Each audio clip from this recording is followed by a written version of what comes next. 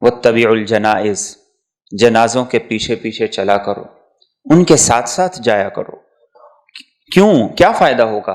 تذکرکم الآخرہ، آپ نے فرمایا کہ آخرت کی یاد دہانی ہوگی، آخرت یاد آئے گی، آخرت تمہارے اندر اس کا تصور تازہ ہو جائے گا۔ اللہ کے رسول صلی اللہ علیہ وسلم ایک جنازے کے ساتھ تشریف لے جا رہے تھے، تو بعض صحابہ نے کہا یا رسول اللہ صلی اللہ علیہ وسلم، آپ جنازے کے ساتھ پیدل تشریف لے جا رہے ہیں، سوار ہو جائیں۔ سوار ہو کر جنازے کے پیچھے پیچھے جانا اجازت ہے، منع نہیں ہے، دین ہمیں روکتا نہیں ہے۔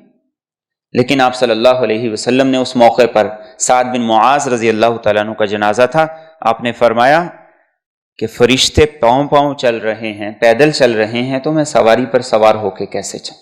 تو آپ کی عمومی عادت مبارکہ یہ تھی کہ آپ جنازے کے پیچھے پیدل جایا کرتے تھے، واپسی کبھی سواری پر آ جایا کرتے تھے۔ کیوں؟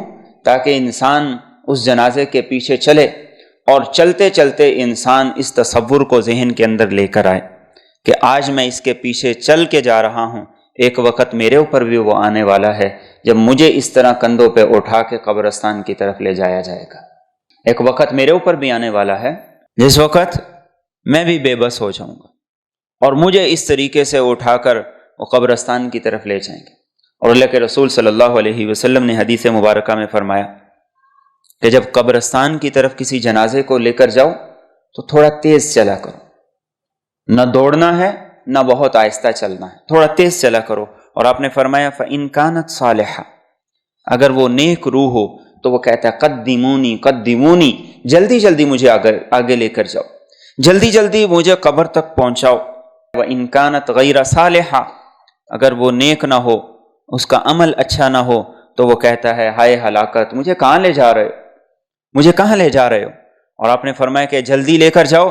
اگر نیک ہوگا وہ اپنی قبر کے اندر جا کے سکون پالے گا، اور اگر بدکار ہوگا تو بوجھ جو تم نے اپنے کندھوں پہ اٹھایا ہوا ہے اس سے تمہاری خلاصی ہو جائے گی۔ اور آپ کی عادت مبارکہ تھی، صحابہ کرام رضی اللہ عنہم اجمعین کا یہ اسوہ اور نمونہ تھا کہ جس وقت وہ جنازے کے ساتھ چلتے تو خاموشی سے چلا کرتے تھے۔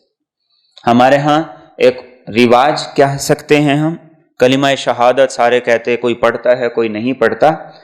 آپ صلی اللہ علیہ وسلم کا اصل عمل یہ تھا کہ آپ صلی اللہ علیہ وسلم خاموشی سے چلتے تھے، صحابہ خاموشی سے چلتے تھے۔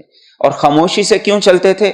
تفکر، غور و فکر کہ ایک دن مجھے بھی اس طریقے سے دنیا چھوڑ کے چلے جانا ہے جیسے یہ چھوڑ کے چلا گیا ہے۔